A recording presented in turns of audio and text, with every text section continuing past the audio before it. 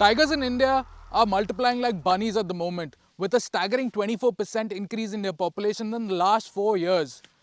But despite this, they remain an elusive beast to spot in the wild. Just ask Aatish. In the last episode, he went to Bandipur but failed to spot a tiger. But this time, we're in Pench, and as you can see, we're fully prepared with the biggest lens we could find and our resident wildlife enthusiast, Rohit Mane. Let's see if we can manage to spot a tiger this time. Welcome to Evo India and welcome to part 2 of the Great India Drive. We're in Pench, but before we begin, make sure you subscribe to the channel and hit the bell notification icon to stay notified. Pench National Park spans 758 square kilometers between Madhya Pradesh and Maharashtra. Originally declared a sanctuary in 1965, Pench achieved national park status in 1975 and then went on to become a tiger reserve in 1992 under Project Tiger. It also inspired Rudyard Kipling's The Jungle Book. Pench is accessible by flight via Nagpur, but this being the Great India Drive, we chose to take a leisurely road trip from our home base in Pune in our long-term Exter. Thanks to the Samruddhi Mahamarg, it took us just over 10 hours to cover this entire 700-kilometer stretch. Now, a lot of that is down to the Exter's performance out on the expressway. It stays really stable even with 3 people on board and their luggage. It's really rock solid, it's well insulated, there's not much noise coming through to the cabin. The engine is really smooth, and overall it's not really tiring to spend long journeys in the Exter. The Samruddhi Mahamarg can get a little monotonous after a while, so what we did was we just set the cruise control at the speed limit, and before we knew it we were in Nagpur. Our long-term Exter is equipped with the automated manual transmission, but truth be told, I wasn't missing the added involvement of the manual, particularly because it is so much easier to live with in the city. Leave it in automatic mode and it shifts smoothly, but to add a dash of excitement, this AMT comes with paddle shifters, marking a first for an AMT in India. A special mention also to this 1.2 litre Kappa engine. It's really quiet, it's really smooth, it makes 82 bhp and 113 Nm of torque, which is more than enough in most situations. Out on the expressway, it's really smooth, it's really quiet, it barely makes itself known. But out here on these twisty roads, it's really fun to ring out all the way to the red line. And that's how I would describe the Exter overall. It's just fun, it's a small little car, it's fun to drive. It has to be one of the most exciting looking cars in its segment. It's definitely one of the funkiest looking cars we've seen in a long time. The Exter exudes a fun personality which is reflected in its fresh and youthful exterior design. This is particularly noticeable in our car's vivid cosmic blue shade, which tends to attract quite a bit of attention. Speaking of styling, this has to be one of the most interesting cars in its segment. It's definitely the funkiest design we've seen in a long time. The front end with the H-pattern DRLs, the grille, the way the face comes together, the sides are really sculpted, the wheel arches with the black cladding and everything give it a nice SUV kind of stance. Overall, this is a very pleasing design to my eyes at least. To increase the likelihood of encountering a tiger, we've planned multiple safaris through different gates. Although we'd prefer the comfort of our Exter, park regulations prohibit personal vehicles. With a limited number of daily safaris, advance booking is advisable. Our first choice is the Kubala Gate on the Maharashtra side of Pench. Pench won the TX2 award earlier this year for more than doubling its tiger population in the past decade. As of now, there are more than 100 tigers in Pench alone. So you would think it's pretty easy to come out here and spot a tiger. But that's not the case.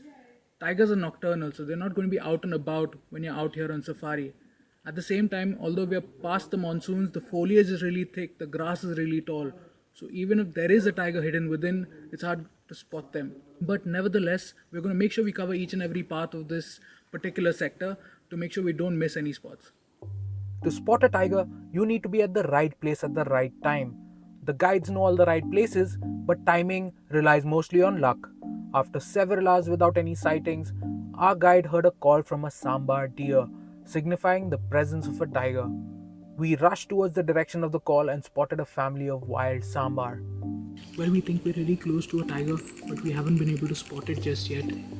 We've heard calls from a spotted deer and from a family of sambar. We in fact spotted them, but no tiger just yet. Their calls signify that a tiger is somewhere close by, but he's not making any movement. But we're going to keep continuing here for a while to see if we can manage to spot it. We only have a little bit of sunlight left, but we'll see if we can manage to spot it. Unfortunately, as daylight faded, we had to make our way out of the park without catching a glimpse of the elusive jungle cat. Nevertheless, the excitement of being in the presence of this majestic beast had us raring for our safari the next day.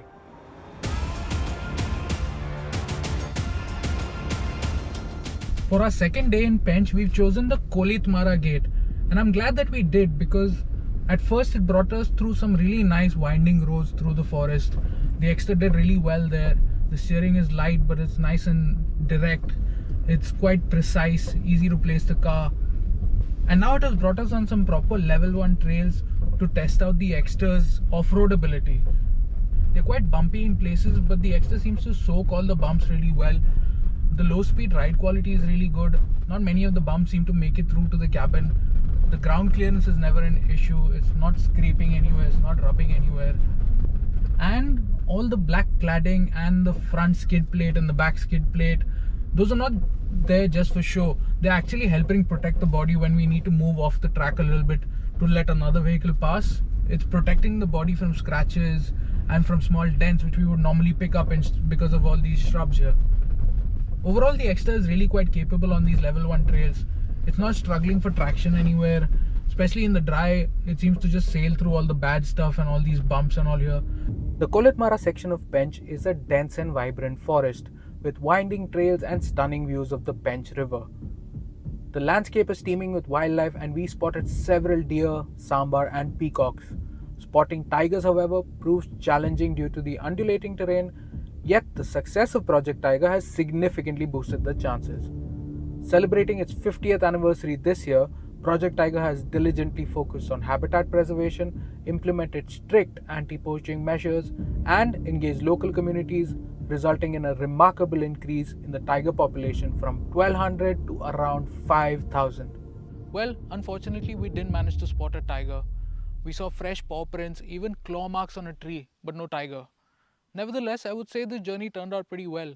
We came down all the way from Pune to Nagpur in our trusty Exter. We had a great drive down, and then we ventured deep into the forest. We saw some beautiful sights. And the knowledge that the tiger population is on the rise gives us hope that we will eventually spot a tiger sometime in the future. A great way overall to celebrate 50 years of Project Tiger. Over the 24 years that I've been an automotive journalist, I've driven to almost all the wildlife sanctuaries across the country. I've walked behind a lion and lioness at night while they were mating. In those days, you could do those kind of things. I've been woken up in the middle of the night by a pack of wild dogs chasing their prey.